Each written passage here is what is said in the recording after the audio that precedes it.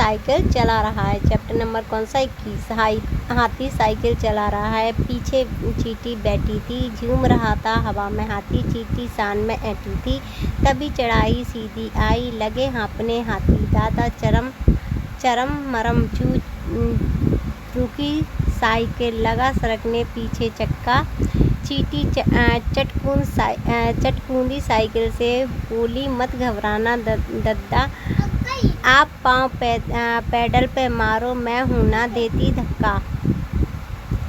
आइए इस कविता में एक कहानी बनाए, दिए गए खालिस्तान को भरकर कहानी पूरी करें। हाथी साइकिल चला रहा था, उसके पीछे बैठी थी चींटी।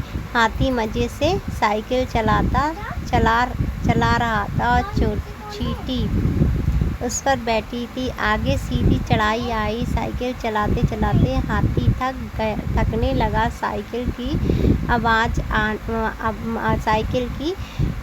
आवाज़ आने लगी, आवाज़ हुई, रुक गई और उसका सरकने लगा, पहिया सरकने लगा। हाथी की सहायता के लिए चींटी चट से कूद गई, मतलब जल्दी से कूद गई और उसने हाथी को क्या दिया? धक्का मारा। आप बिल्कुल भी मत घबराओ, मैं आपके साथ हूँ, आप बस पैडल पर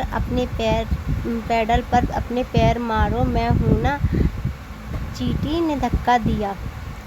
इस कविता में एक कहानी छुपी हुई है, आप इस कहानी को आगे बढ़ाएं। चींटी ने साइकिल को जोर से धक्का दिया, पर साइकिल आगे नहीं बढ़ी, क्योंकि चींटी बहुत छोटी थी और हाथी बहुत बड़ा था, चढ़ाई भी उस पर खड़ी थी।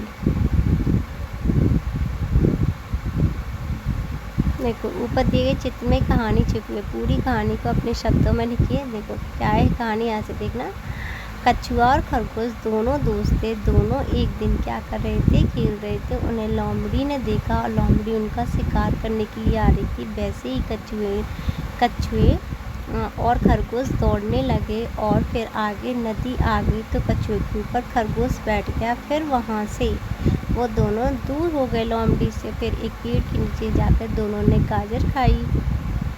डरो मत, नरेंद्र को चंपक का पेड़ बहुत पसंद था।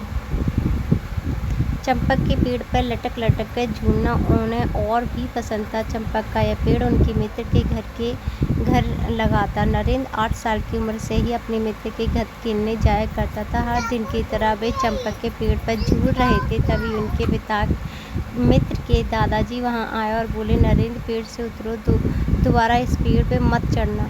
क्यों दादाजी? इस पेड़ पे एक दैत्य रहता है, उस दैत्य के बारे में कुछ बताइए ना दादाजी।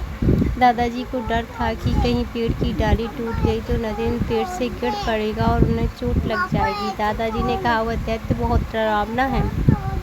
दादाजी की बात सुनकर नरेंद्र को अचरज हुआ। वे बोले, दादाजी दैत्य के बारे में और बताइए ना, वह पेड़ पर चढ़ने वाले की गर्दन तोड़ देता है। नरेंद्र दादाजी की सारी बातें ध्यान से सुन आगे बढ़ गया।